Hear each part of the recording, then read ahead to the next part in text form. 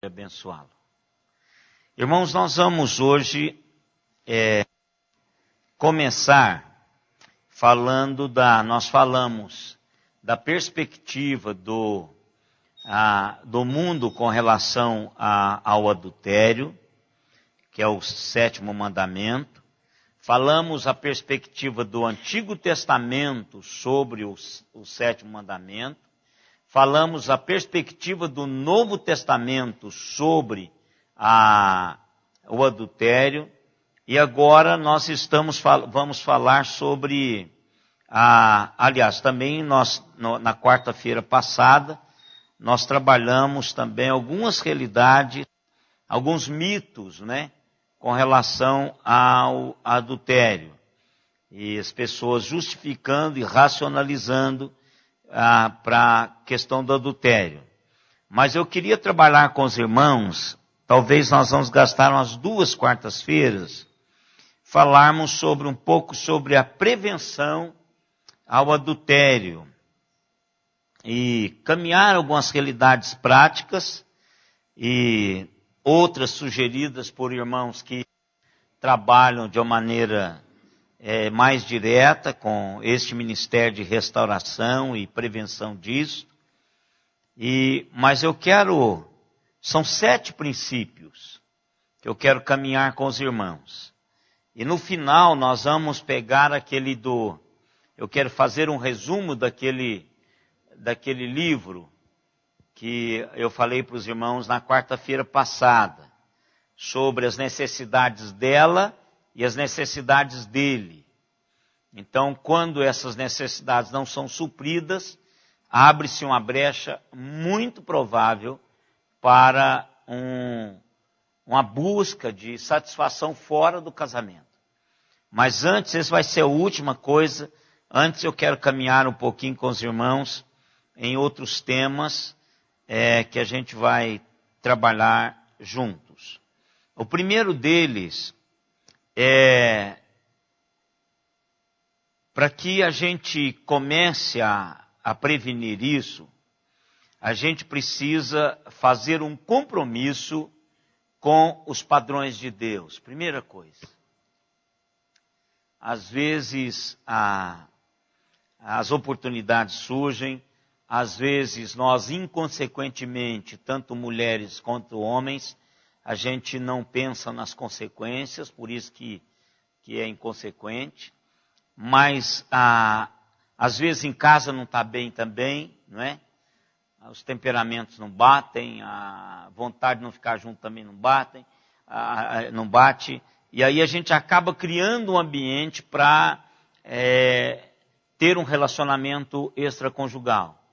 Mas se nós tivermos um compromisso com os padrões de Deus, isso pode servir, pode ter acontecido tudo isso e servir de um dique para isso não acontecer nas nossas vidas, tanto na vida do homem quanto na vida da mulher. Eu conheço muitos irmãos que pela a firmeza de caminhada com Deus ainda mantêm os seus casamentos, apesar de muitas lutas e muitas dificuldades. Conheço irmãs e irmãos. Não vou dizer que isso aí é só um problema do homem continuar casado mesmo com problemas, mas a mulher também tem muitas irmãs que continuam firmes no casamento por causa do temor que elas têm ao Senhor, do compromisso com o padrão de Deus para as suas vidas. Então, a primeira coisa que eu gostaria de conversar com os irmãos é sobre isso. Independentemente de falhas passadas, presentes, o que precisamos de trabalhar no nosso coração hoje é um compromisso de manter os padrões de Deus, da palavra de Deus, com relação à nossa vida sexual. Deus criou isso e criou para que nós pudéssemos desfrutar dessa realidade, mas Ele criou dentro de um princípio, e a gente precisa de trabalhar isso. E colocarmos que o adultério nunca deve ser uma opção. Nunca deve ser uma opção. Vou fazer isso por causa disso, daquilo. Mas manter na mente e no coração que o padrão de Deus para as nossas vidas é um padrão de santidade. Eu quero conversar com os irmãos um pouco, porque para mim, o maior exemplo de um homem no Antigo Testamento, dentro de um contexto de poligamia, dentro de um contexto de que ter mais de uma mulher até era aceitável, não é? E até o seu pai tinha isso, mas um jovem que trabalhou com o padrão de Deus no coração, foi quem?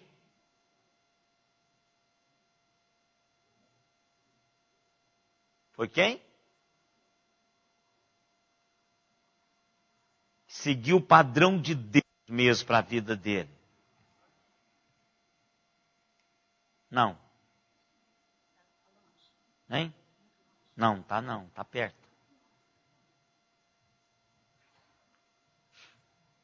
Ah, vocês sabem. Eu sei que vocês sabem. É porque eu peguei vocês de surpresa. Ó, o pai dele tinha mais de uma mulher.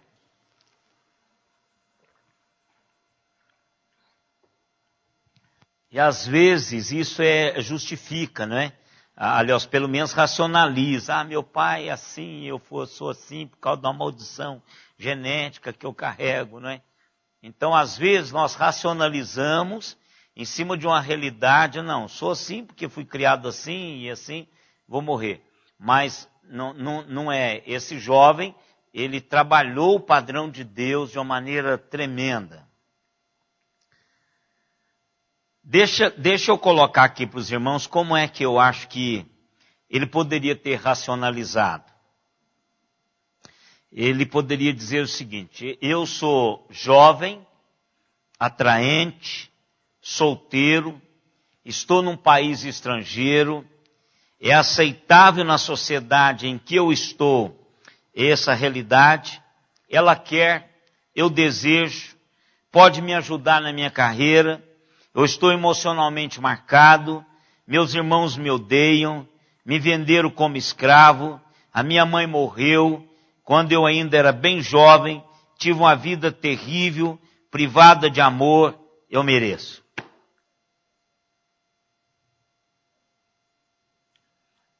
Não é isso que acontece com a gente, irmãos.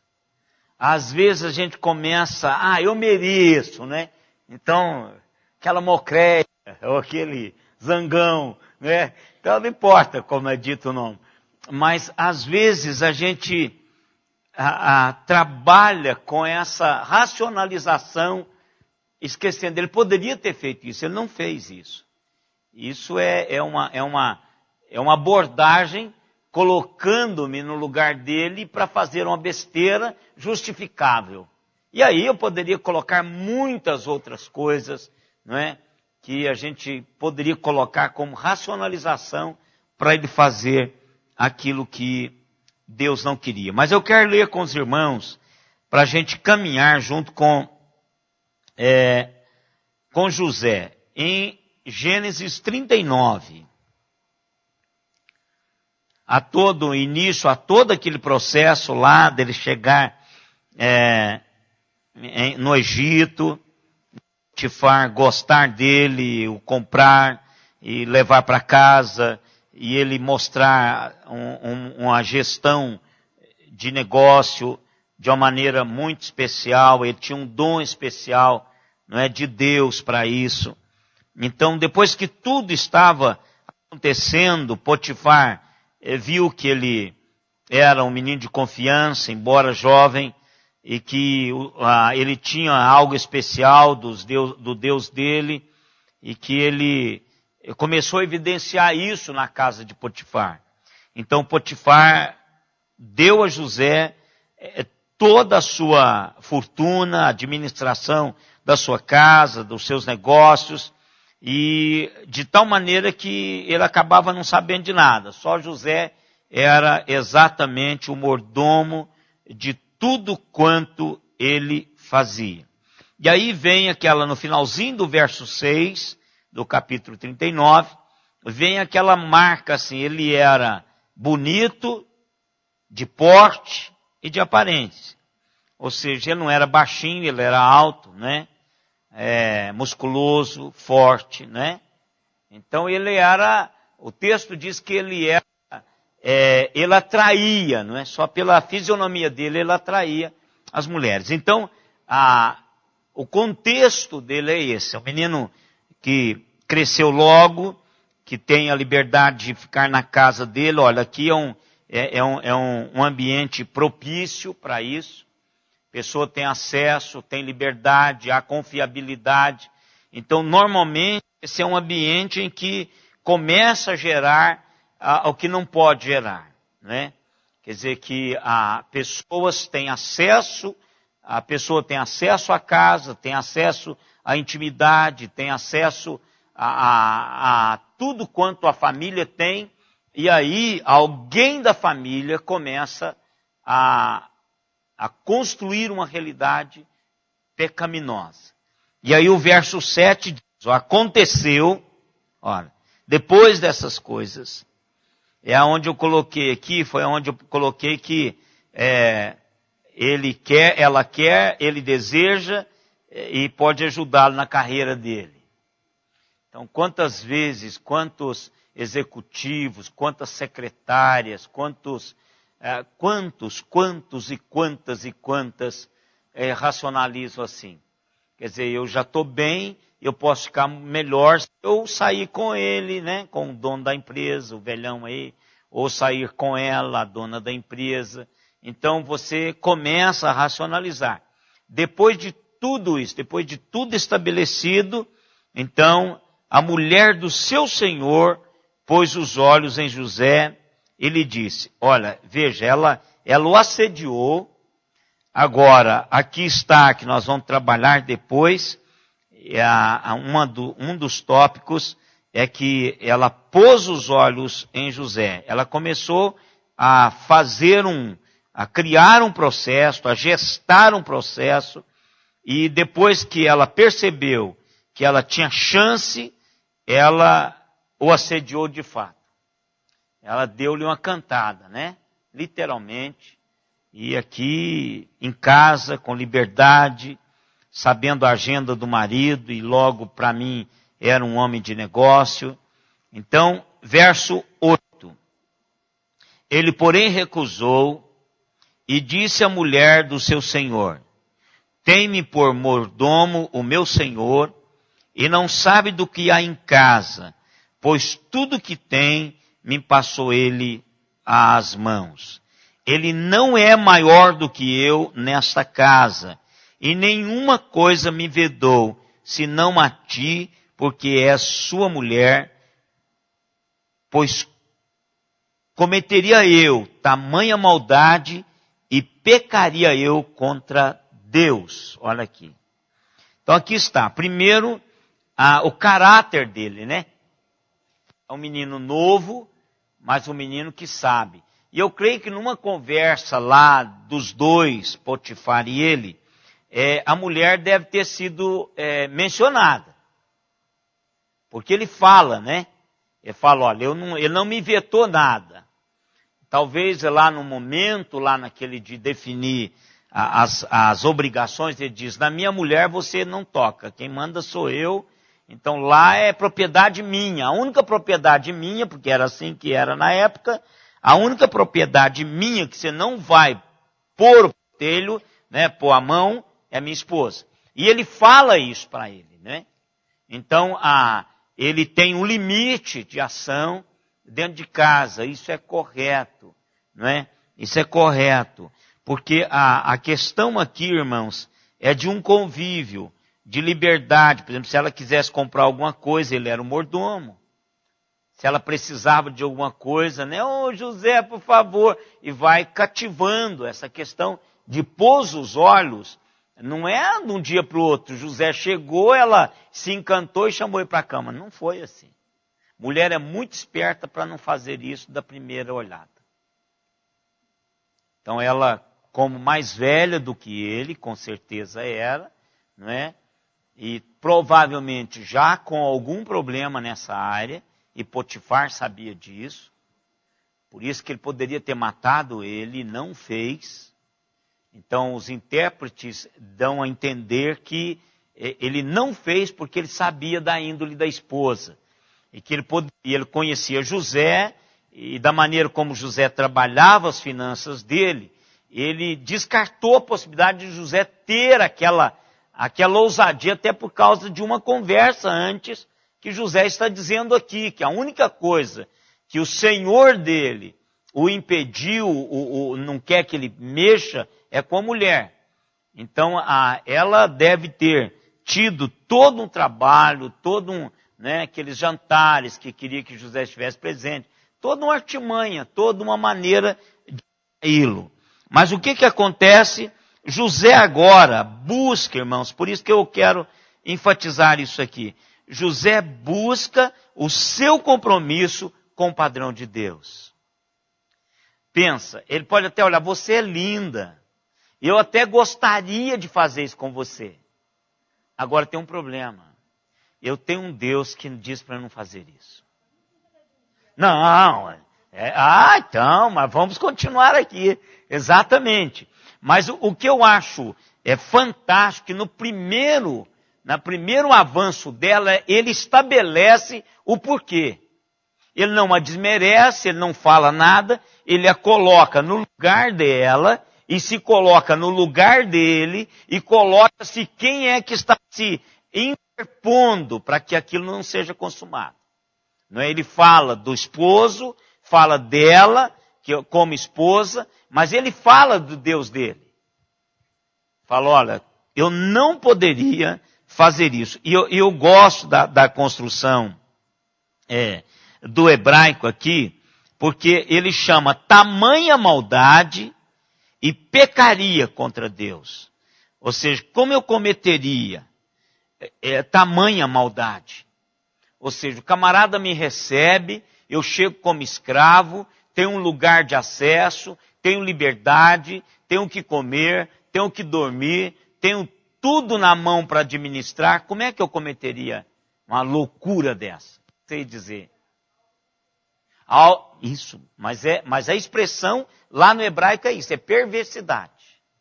A maldade ali que ele fala é perversidade, ou seja, o camarada te dá acesso a tudo e você aproveita aquilo e faz uma maldade dessa, uma perversidade dessa contra o Senhor, e ele puxa agora, ele diz, e um pecado, como que eu posso pecar contra Deus?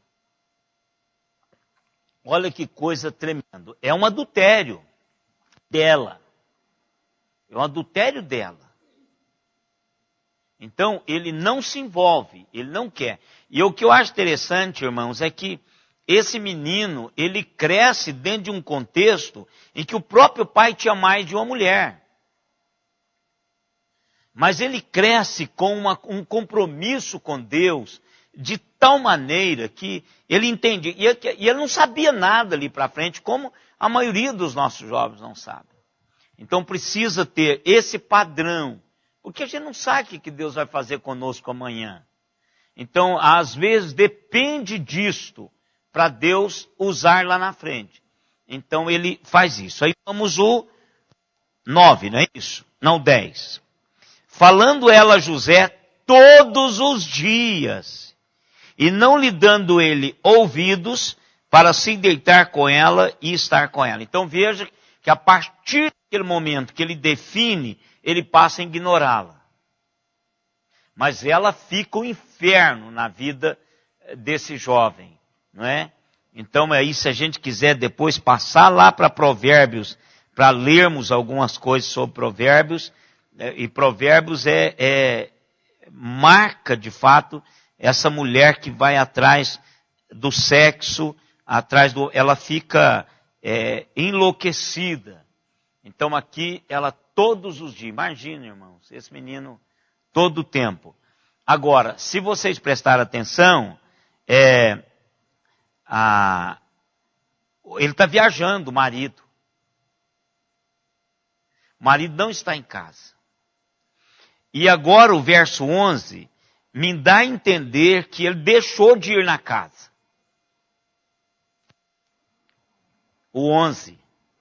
Quer dizer, ele percebeu que o negócio estava tão assim acirrado contra ele, que ele deixa de ir na casa. Porque agora ele vai, olha lá, sucedeu o quê? Sucedeu que certo dia veio ele à casa para atender aos negócios e ninguém dos de casa se achava presente. É um prato cheio aqui para quem está, né? Não tinha ninguém. Isso aqui é a juntar a fome e a vontade de comer, né? Verso 12. Então ela o pegou pelas vestes e lhe disse, deita-te comigo. Ele, porém, deixando as vestes nas mãos dela, saiu e fugiu para fora. Vendo ela que ele fugira para fora, mas havia deixado as vestes nas mãos dela, também uma artimanha. Chamou pelos homens de sua casa e lhes disse, vede, trouxe-nos o meu marido, este hebreu, para insultar-nos, e vai até mim para se deitar comigo, mas eu gritei em alta voz. Ouvindo ele que eu levantava a voz e gritava, deixou as vestes ao meu lado e saiu, fugido para fora. Conservou ela junto de si as vestes dele, até que o seu senhor tornou em casa. Então aí por diante você pode ler que aí começa toda uma injustiça sobre José. O que eu quero dizer, irmãos, com esse texto, é enfatizar a questão do pacto dele com Deus, do compromisso com o padrão de Deus. O padrão de Deus é um padrão de santidade. Eu não estou dizendo que homens de Deus não fazem isso, tal. Não deveriam fazer, porque tem um padrão de Deus e José não fez. Pelo amor ao Senhor. Porque Deus coloca isso como uma realidade de proteção para o casamento. E outra realidade que eu olho nesse texto e gosto é que José olhava para o casamento de Potifar e respeitava essa união. Quer dizer, ele não queria ser um instrumento para causar prejuízo a esse casamento. Então ele respeita isso. Isso para mim é outra marca fantástica. Quer dizer, ele chega, claro, jovem, e que está com todos os hormônios fervendo, né, longe de casa, mas ele respeita o lar de Potifar. Isso é outra característica de jovens crentes, né? Que ele poderia muito bem fazer isso e ter um caso com a mulher de Potifar sem nenhuma problema, porque ele estaria sempre junto com ela e sozinho. Mas o padrão de Deus trouxe isso. Então, irmãos, primeira coisa, precisamos fazer um compromisso com os padrões de Deus. Então nós já vimos como Deus considera, adultério é um caminho de morte, adultério é um caminho de dor, adultério é um caminho de sofrimento. Então quem já passou por isso, quem já teve essas experiências na vida sabe o quanto que isso é destruidor. Então o primeiro princípio que nós precisamos é não quebrarmos o nosso compromisso com Deus. Deus em primeiro lugar. Eu acho até que essa palavra que eu coloquei na boca de José, você pode até dizer, olha, tudo bem, você é linda, você é isso, você é aquilo outro, e etc e tal. Eu não tenho tido lá em casa muito apoio, mas vou te dizer uma coisa, eu tenho um Deus. E é isso que faz toda a diferença, eu estou indo embora. Fuja, né? Resistir o diabo e ele fugirá de vós. Então fuja do diabo, porque às vezes o diabo de saia é tremendo. E o diabo de calça também viu, irmão? Hoje não muda nada. Diga, meu irmão.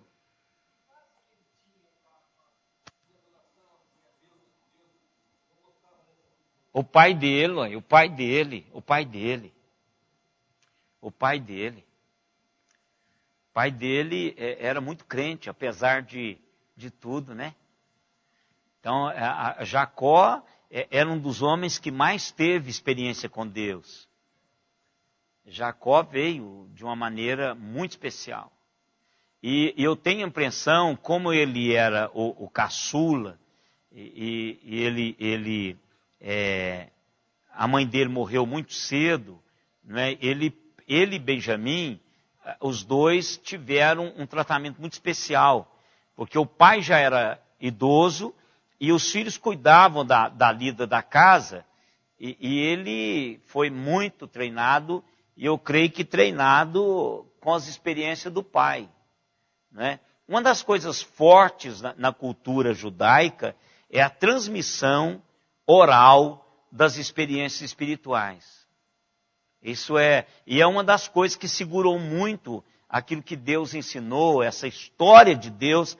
Essa história, ela é uma realidade assim, passada de pai para filho, de filho para pai, e a coisa vai agigantando à medida que os filhos vão ouvindo isso. E Jacó foi de uma experiência tremenda, né, meu irmão? Jacó, ele teve altos e baixos, só aquela dele, aliás, todas elas, né?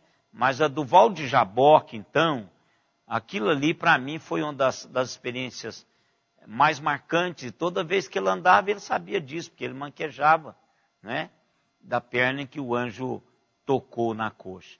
Então, talvez uma pergunta de José, por que o senhor manca? Né? Que é uma curiosidade do filho quando vai crescendo, é perguntar por que os pais têm aquele defeito.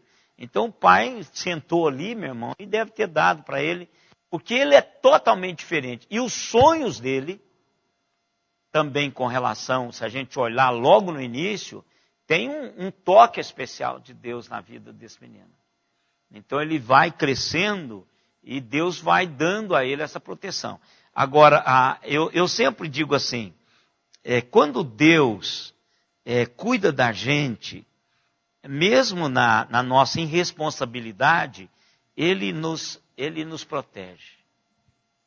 Então, a gente percebe que Deus tem esse carinho conosco, porque a gente fica exposto a muitas coisas. Por exemplo, eu trabalhei quando tinha assim 9, 10 anos, 11, 12. Eu ia nos cabarés, naquelas casas de lâmpadazinha vermelha na porta, né, das prostitutas, vender salgado.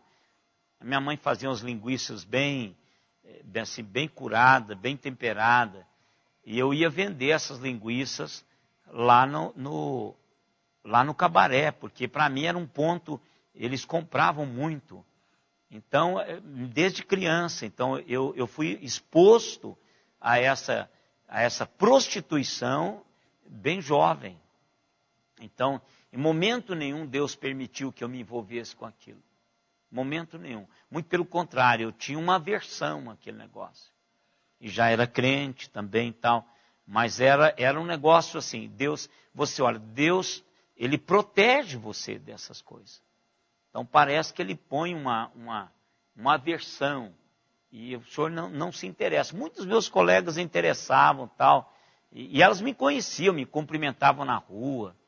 Olha, quando você vai levar a linguiça? Minha mãe fazia também um chouriço aquela coisa de sangue, bem temperado. E aquilo é um prato cheio para quem bebia, né?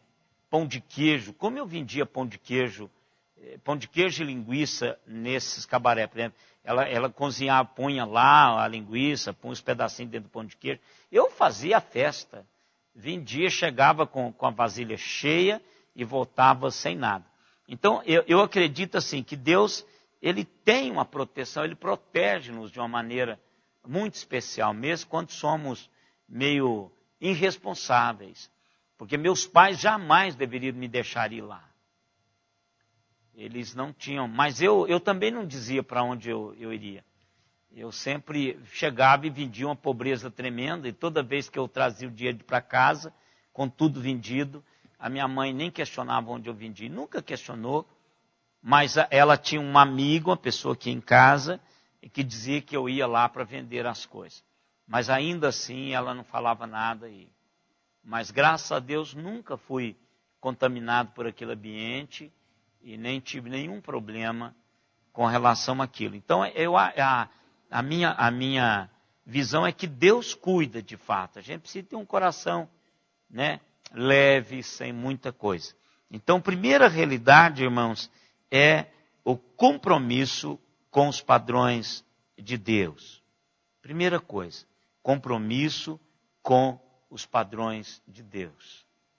Então, Deus me quer levando uma vida de santidade, levando uma vida de comunhão com Ele, respeitando as realidades das outras famílias. Então, foi o que José fez, por isso que eu peguei essa realidade. A segunda, eu queria ler alguns textos com os irmãos. O Salmo 119, 9. E Provérbios, capítulo 5. Deixa eu ver qual que é o versículo aqui, porque aqui faltou o versículo. Senhor? Versículo 8. Pode ler, meu irmão.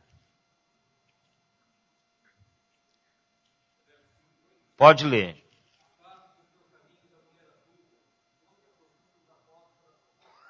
Isso. Então é isso aí mesmo. Afaste o teu caminho da mulher adúltera e não te aproxime da porta da sua casa. O que é interessante é que eu vejo José, quer dizer, ele é por causa de negócios, que não tinha como, ele era mordomo, né? Então, algumas vezes, eu conheço eu tenho um amigo, pastor, que ele teve também um problema na igreja, de um assédio de uma mulher da igreja. Ele teve que sair da igreja. Ele saiu da igreja, foi para outra cidade, deixou o ministério dele nessa cidade, foi para outra cidade por causa dessa igreja. Então ele teve que fazer isso porque não aguentava mais. A esposa sabia, ele contou para a esposa, mas ela virou um inferno na vida dele. Mas ele também resistiu e mudou de cidade por causa desse assédio dessa mulher. Então, o texto aqui é exatamente o texto em que José fez. Afasta o teu caminho da mulher adúltera e não te aproximes da porta da sua casa. Porque é cilada, né? Então, se você percebe que a mulher... E o que é interessante, irmãos, que... claro que não são todos os homens, mas todas as mulheres sabem quando com que mulher que o seu marido está correndo risco. Vocês mulheres conseguem perceber quando a mulher ela tem essa tendência. Quer dizer, pode não estar escrito na cara, mas vocês mulheres percebem assim. Então avisa, né? A Simone algumas vezes me falava muito isso com relação às minhas amigas da faculdade, né? Quer dizer, nós éramos 5 homens com 40 mulheres. Então aí, e o problema é que é isso mesmo. E eu sou muito bobão com relação a isso. Eu não tenho essa coisa, essa malícia. Não tenho mesmo. Então a Simone e as meninas é que ficavam cochichando, falando, papai, ó, cuidado. O senhor viu como fulano estava olhando para o senhor? Eu falei, não vi nada. Aliás, eu não vejo mesmo, né? Até eu brinco com ela, a partir de agora eu vou começar a ver, mas é brincadeira, né? Mas é uma questão minha, eu olho para todas as pessoas e eu não tenho isso no meu coração, de verdade eu não tenho. Então, muitas vezes as esposas precisam dizer para os maridos, olha bem, cuidado com fulano, porque eu não confio nela. Então, se a sua esposa não confia, então fuja, porque alguma coisa pode ter visto, né? Não é também ciúme bobo, porque às vezes tem aquela pitadinha de bobeira, não é? Também não estou falando dessas bobeiras, estou falando de algo concreto, que às vezes acontece sim. Principalmente os irmãos que trabalham fora. Por exemplo, comigo na igreja é muito difícil acontecer. Eu nunca tive. Na igreja eu nunca tive problema. Eu não sei se é meu estilo de pregar, que mesmo que a mulher tenha vontade, ela não tem coragem de chegar, é porque não tem mesmo, né? É uma barreira. Então, eu nunca tive problema, no meu ministério com relação a isso. Nunca precisei de mudar, nunca precisei de ficar fugindo de alguma pessoa, nunca. Mas no trabalho, quem trabalha secularmente, hoje lá fora o negócio está feio, tanto homem quanto mulher. Então há muita malandragem e está apregoado isso lá para as pessoas, né? Então afaste o teu caminho da mulher adúltera e não te aproximes da porta da casa dela. Não vá lá não. E esse capítulo é todo com relação a isso. Salmo 119, 9.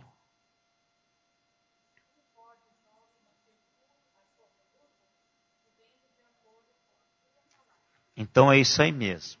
Então, ou seja, a maneira que eu tenho para ter puro o meu coração e o meu caminho é viver de acordo com a palavra de Deus. Então, irmãos, não há...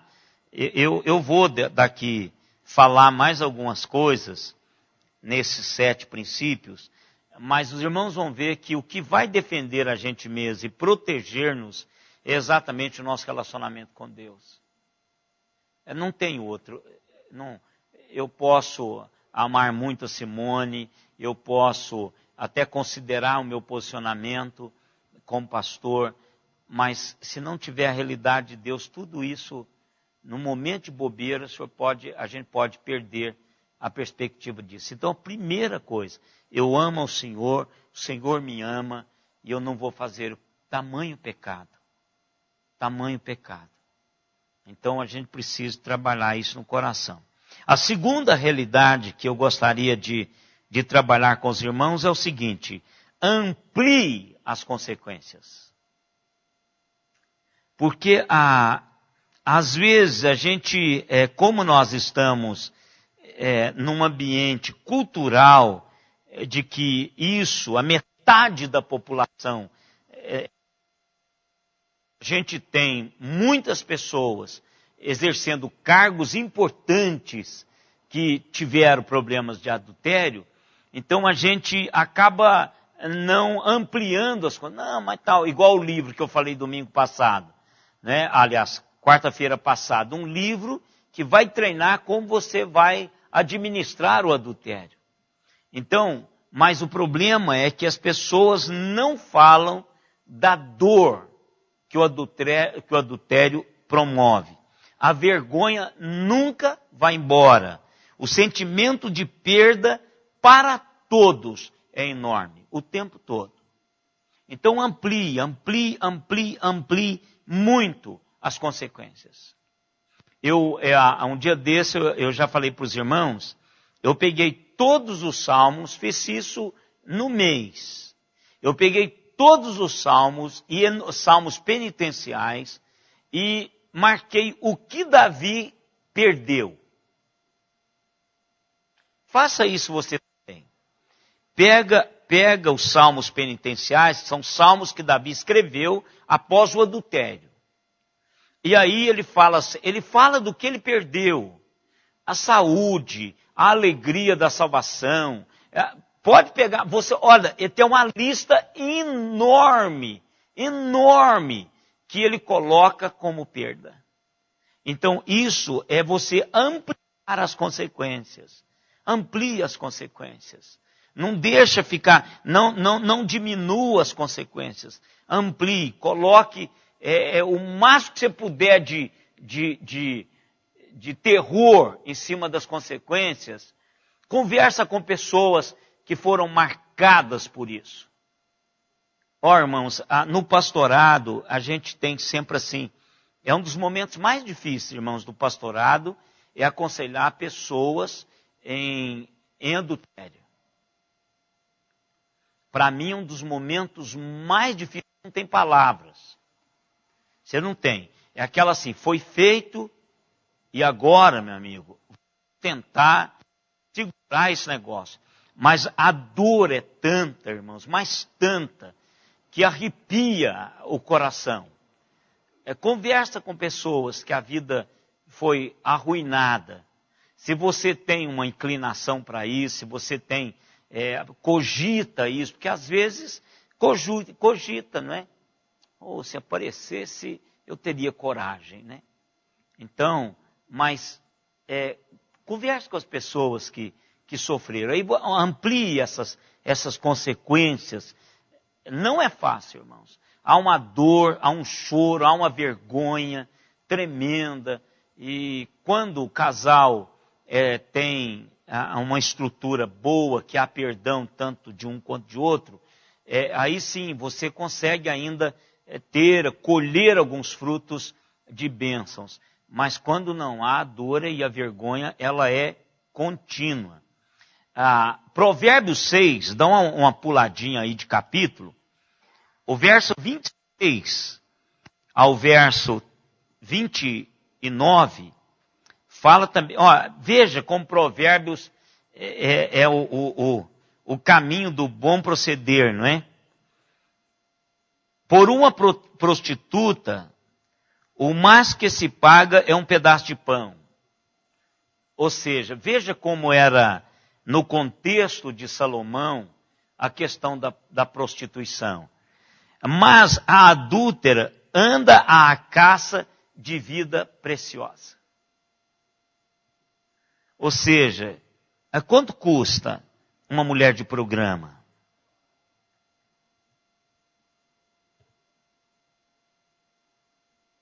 $500, $1.000, $2.000, $3.000. Mas a adúltera, ela está atrás da sua vida. Então, o caso, você vai lá, o homem vai e tem uma relação com a prostituta. Paga vinho, paga bebida, sai com ela, paga o motel, vai embora. Pagou. É isso que o texto está dizendo. Então ele está comparando um pedaço de pão, nada, com a sua vida preciosa. Então o adultério, ele varre a nossa vida. Olha o 27. Tomará alguém fogo no seio sem que as suas vestes se incendeiem? Ou seja, não aproxima. Não aproxima. Ou andará alguém sobre brasas sem que se queime os pés? Eu sou forte, comigo nunca aconteceu isso. Não brinque com esse negócio. Né? Assim será com que, se chegar a mulher do seu próximo, não ficará sem castigo todo aquele que a tocar. Por isso que José fala da tamanho o quê? Como que está lá? Perversidade. Então veja que José já tem a dimensão da perversidade que é isso. Porque o texto está dizendo aqui para mim e para você que não ficará impune quem nela tocar. Então são coisas que a gente precisa de ter no coração. Eu coloquei aqui, irmãos, 3 razões para ser fiel à esposa e esposa ao marido. A primeira delas é exatamente o princípio do padrão de Deus. Eu amo a Jesus Cristo e Ele me ama e me diz que eu devo guardar os seus mandamentos. É uma resposta do meu amor a Ele. E Ele diz para isso não acontecer na minha vida. Primeiro padrão. O segundo, eu amo a minha esposa, eu amo o meu esposo, amo os meus filhos, e só o pensamento de feri-los me torna insuportável somente em pensar. Então, você vai colocando as coisas dentro da dimensão. E eu temo o julgamento de Deus. Porque, para mim, este é o mais pesado deles. Claro que há o perdão de Deus.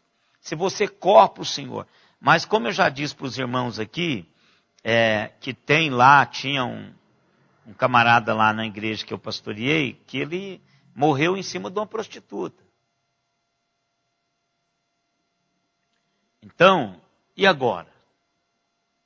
Estava adulterando, a mulher dele estava em casa, mulher crente, morreu lá.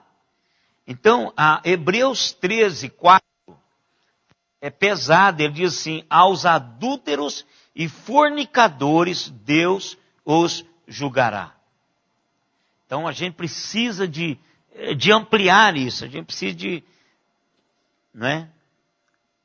dar uma dimensão maior com relação a isto.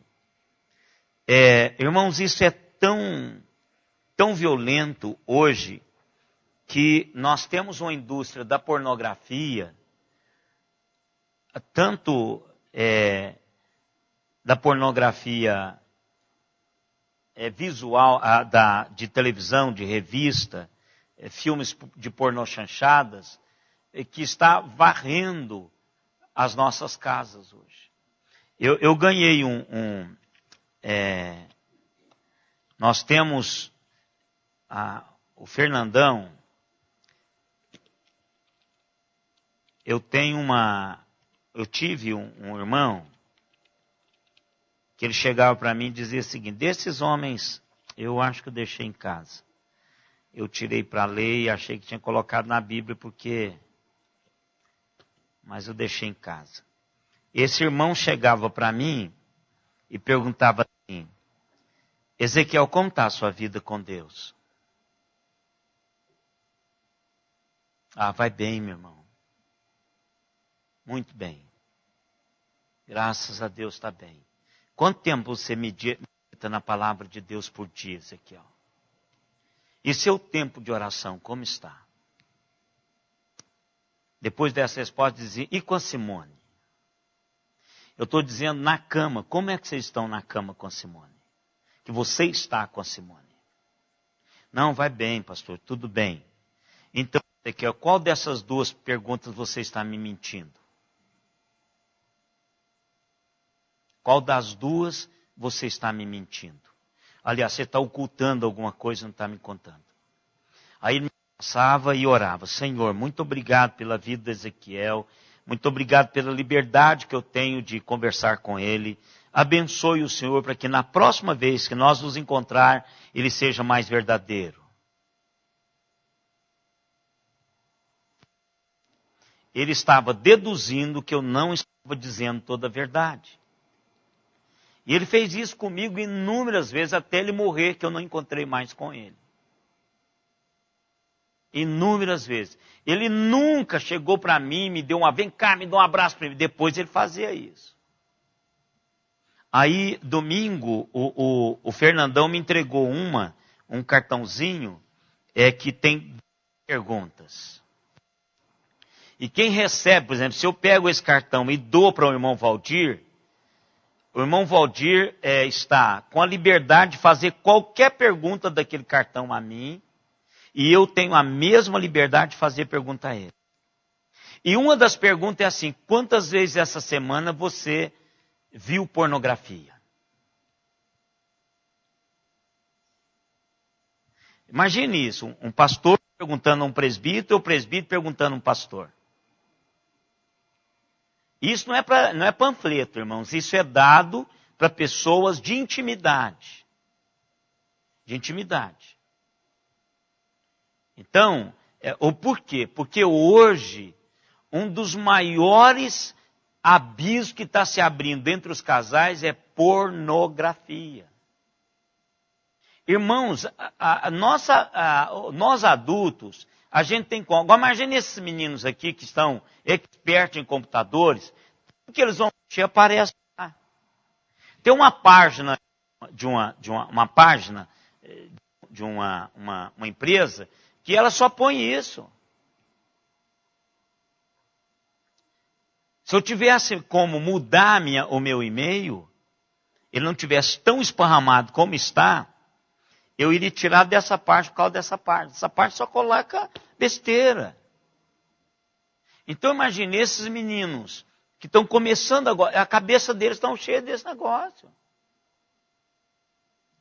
E outros, por exemplo, as televisões fechadas, canais exclusivos para adultos, que depois da meia-noite, estou pondo meia-noite porque Eu acho que é antes. Nas novelas está tudo aberto aí. Canal, isso, exclusivos, né? Para isso. Então, a pornografia, ela está extremamente assediando a todos, homens e mulheres. Tem para os dois, né? Então, eu acho que até a revista deu uma diminuída, não deu? Ou é a mesma coisa? É, né? Não está vendendo mais. Por quê? Porque é mais fácil. É claro. Então, veja, está acesso aí. Quer dizer, essa meninada lida com isso, tem liberdade de fazer isso, e é difícil um pai controlar esse negócio. Então, pornografia é algo que tem acabado com os casamentos. Por quê? Porque tanto o homem quanto a mulher cria um vício sexual.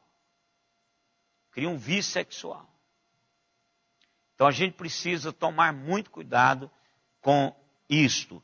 Amplie as consequências.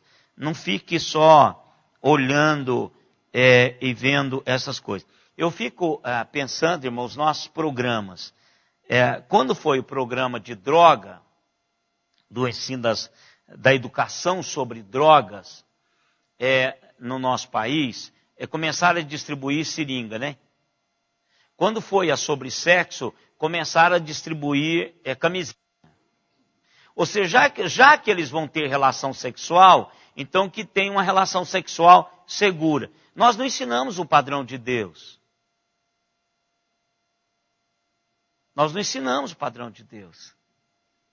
O que a gente faz é dar às pessoas aquilo que elas estão querendo. Droga, a gente dá seringa, para que elas não se contaminem uma com a outra. Sexo, a gente dá camisinha. E tem crente, pai crente, que compra camisinha para adolescente de 14, 15 anos. Eu surpreendi aqui nessa igreja um adolescente com camisinha no bolso, na carteira. E eu dei dele uma bronca e falei depois com o pai. Diz, cara, o que você está fazendo com isso? E o bom é que essa pessoa atinou para isso. Então a gente precisa tomar muito cuidado, ampliar as consequências sobre os nossos filhos, o buraco que a gente vai criar na mente desses meninos amanhã. Isso vão ser péssimos parceiros, irmãos. Péssimos parceiros. Eles não vão contentar. Eles não vão conseguir ficar com a mulher só. Então a gente precisa educar os nossos filhos. Primeiro, um compromisso com o padrão de Deus. Segundo, amplie, meu irmão. Põe isso, põe terror sobre esse negócio, as consequências disso.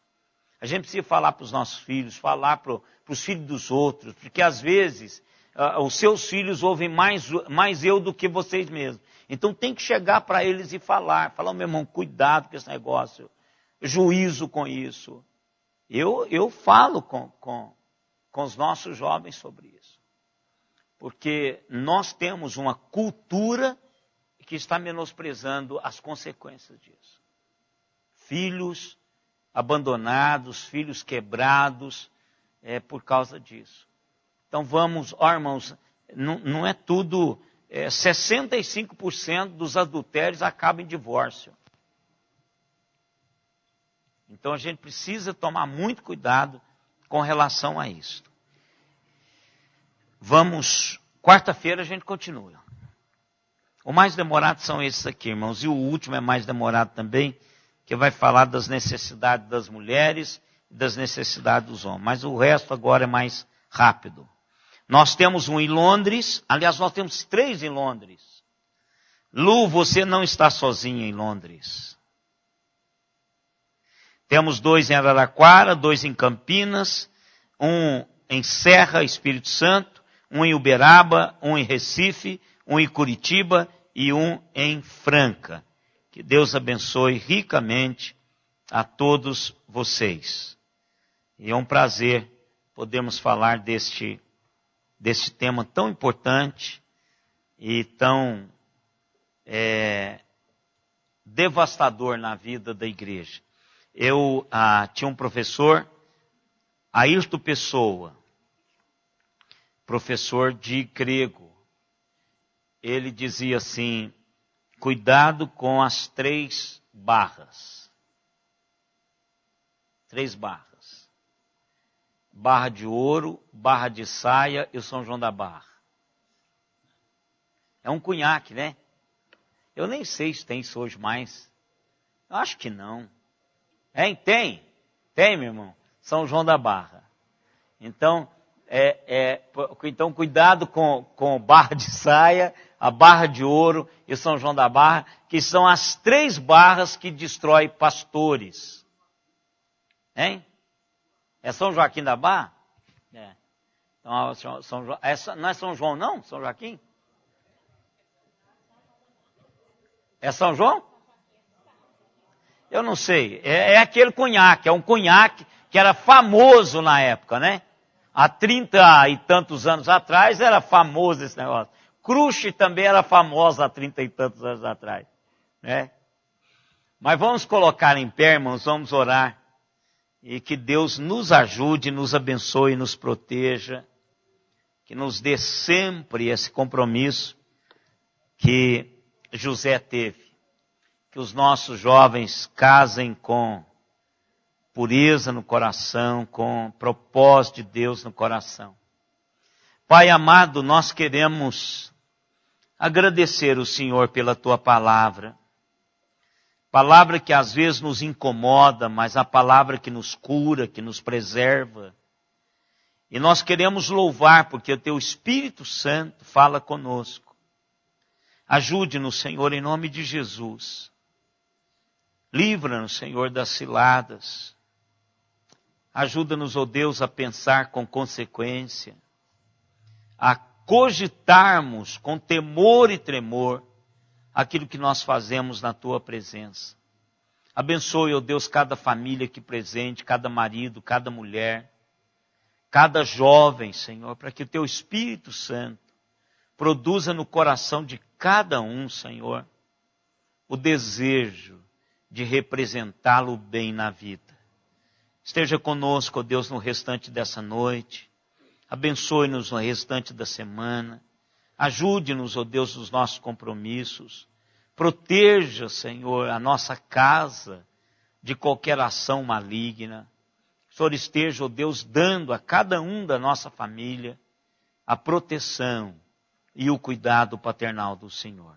Fica conosco, ó Pai, em nome de Jesus.